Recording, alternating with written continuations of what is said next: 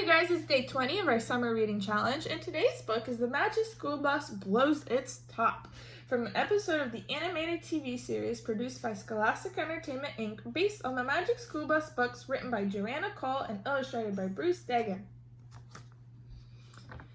It started like any ordinary day in Miss Frizzle's class, but that doesn't mean much. There aren't any ordinary days in Miss Frizzle's class. Good morning, class! That morning, we were trying to put together an enormous globe, but we didn't have all the pieces, so the whole thing fell apart. Carlos, said Dorothy Ann, her nose in the instruction book, if you spent more time on research, you would know how to put this globe together.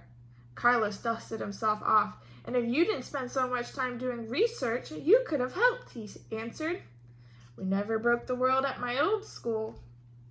Miss Frizzle looked over the mess.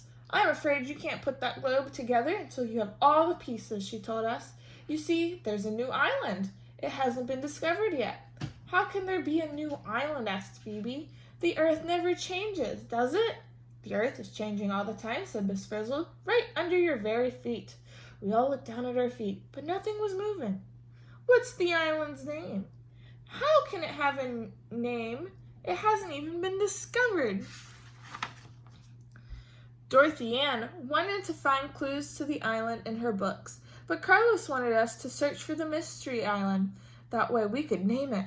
What an explosive idea, said Miss Frizzle happily. To the bus! Oh no, not another field trip. This is your captain speaking, announced Miss Frizzle. When we settled on board, on behalf of my flight crew, I want to thank you for flying the Magic School Bus. We knew what that meant. Quickly, we fastened our seatbelts. Then we put our seats in the upright position. Why does this always happen? The Magic School Bus began to spin and stretch and pull. The next thing we knew, we were high in the air. We'll name it Carlos Island. Forget it. How about Dorothy Ann Island? Soon we were flying over the ocean. The sky grew dark and big black clouds floated past. This island should be arriving any minute now, announced Miss Frizzle. How can an island just arrive, we wondered. But then thunder boomed and lightning streaked across the sky. The ocean beneath us bubbled like a pot of boiling water. From out of nowhere, a blanket of dark ash covered our windows. Prepare to land, shouted Miss Frizzle. Hang ten, boss! Oh no! The bus grew surfboard pontoons, and we surfed to a stop right on top of the water. We all climbed off the bus. There was no land anywhere in sight, but Miss Frizzle had an inflatable life raft. Carlos jumped in first. Splash! A big wave washed over the pontoon, sending Dorothy Ann's book bag flying out to sea. I need my books to find that island, wailed Dorothy Ann as the book sank. We have to get them. Please, Miss Frizzle, please. Couldn't we just go to a bookstore? Of course we'll get them, agreed Miss Frizzle. Prepare to dive, class. Everyone climbed back onto the bus. Then the Frizz pressed a button and the Magic School Bus twisted into a submarine. Carlos decided to stay on the raft. He wanted to be the first to spot the new island. Arnold stayed too, but for another reason. He already had enough of our field trip. My certified teaching wizard will keep an eye on you. We waved goodbye while Carlos, Arnold, and Liz buckled up their life jackets, batted down the hatches. The Frizz called loudly, and down, down, down we went. Wow, we couldn't believe what we saw, a huge underwater mountain. Dorothy Ann spotted her book bag right away. It floated past the window on its way to the ocean floor and landed next to an old shipwreck. Step on it, please, Miss Frizzle. Bottoms up.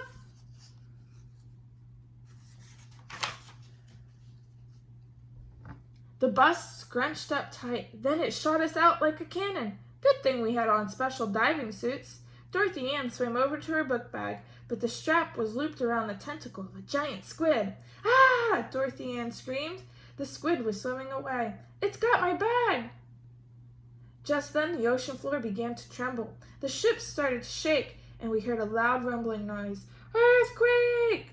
We were so surprised we didn't even see Dorothy Ann's book bag when it floated past, pushed upward by the gas bubbles. Can I get a burger to go with this shake? We're in trouble now. The bubbles floated to the top of the sea. Pop! The bubbles burst, letting out a terrible smell. Look, cried Carlos as he snatched up Dorothy Ann's book bag. Maybe we can find out what's going on by reading Dorothy Ann's books. P.U.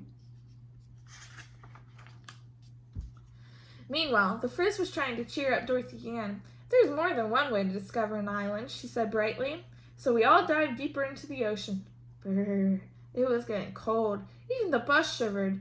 Then we noticed something strange. There were funny-looking chimneys in the ground, and they were warm. Phoebe poked her head in close, and poof! Got a face full of soup. Something must heat those chimneys from underneath. Ha ha! Keisha swam over to a deep canyon in the ocean floor. It was shaped like a V. Maybe D.A.'s books fell down there, she said. There's only one way to find out, said Miss Frizzle. We swam back to the bus, and soon we were heading down into the canyon. Rumble, rumble, another earthquake hit. At the bottom of the canyon, the rocky floor began to slide right underneath another plate. Above us, the ocean waves grew rougher, but Carlos barely noticed. He was too busy reading.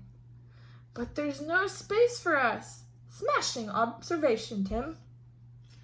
It says right here, the Earth's surface is made up of layered crust-like plates of rock that fit together like a jigsaw puzzle, he told Arnold. These plates move very, very slowly, but sometimes one plate slides under another one. When it slides, we can actually feel the Earth move. That's what the canyon was, 2 giant plates of rocks. They were sliding together, creating an earthquake, and leave it to Miss Frizzle to squeeze us right between them. Carlos, you sound like Dorothy Ann. The magic school bus shuddered and groaned and grunted. It stretched like a long, thin rubber band, and so did we. As one plate shoved under the other, we squeezed in between. Now we oozed through hot, swirling liquid deep beneath the earth. It's so hot, said Keisha, fanning herself. The rocks in the crust are melting. Melted rock is called magma, explained Miss Frizzle. Magma, what a great word. What's wrong with rock juice? Dorothy Ann wrinkled her nose. She was trying to figure it all out. She remembered the chimneys and the heat under the ocean floor. The earthquakes in the mountain were under an underwater volcano, she shouted. Geysers shot up to the sky. Water hissed all around the raft. The rumbling noise grew louder, and Carlos waved his book excitedly. He figured out the same thing. Bingo, Dorothy Ann, and you figured it out by yourself. According to my research, we're floating above a volcano. Under the volcano, the magma pushed us up, up, up. Soon we were rising up in a big blob of boiling hot bubbles. Welcome to the magma chamber, said Miss Frizzle grandly, the heart of the volcano. The pressure grew stronger and stronger. The magma rose higher. Ralphie gulped. How do we get out of here, he asked. Out of a volcano, Miss Frizzle repeated. How do you suppose? We're going to get blown sky high. Dorothy Ann was too excited to be scared. When all this magma shoots up and hits the air, it'll cool down, right? She asked Miss Frizzle. Absolutely, said Miss Frizzle. And when it cools, it will harden into rock. Eventually, Miss Frizzle agreed, and the new rock will build up to the top of this volcano. Dorothy Ann continued, until it sticks out of the water. It will be a brand new island. Yes, shouted Miss Frizzle. Just then, we shot up through the bubbling magma like a rocket ship. Higher, higher, closer to the top. Clunk! We jolted to a stop. Oh no, cried Dorothy Ann. We've stopped rising. Something must be plaguing up the volcano, said Keisha. And the magma's squeezing us, Phoebe exclaimed. We have to get out and push. And get melted.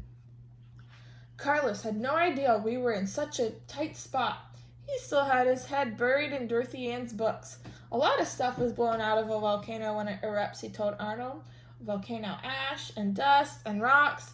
Just then, volcanic ash and dust and rocks rained down. And then lava, Carlos finished triumphantly. Put it all together and you get... Out of here, Arnold exclaimed in a panic. No, Carlos corrected. you get Carlos Island. It will be a whole island named after me.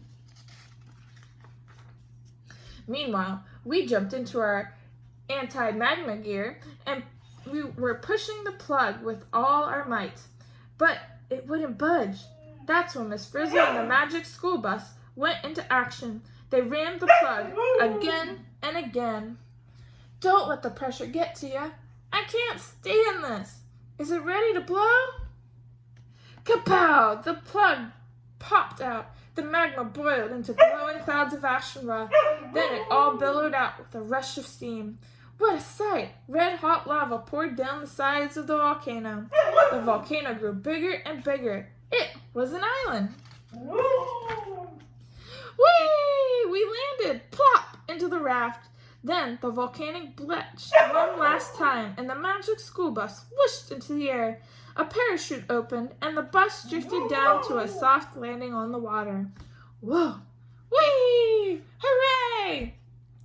To Carlos Island, said Carlos as he rode over to the brand new island. I discovered it with the help of Dorothy Ann's books.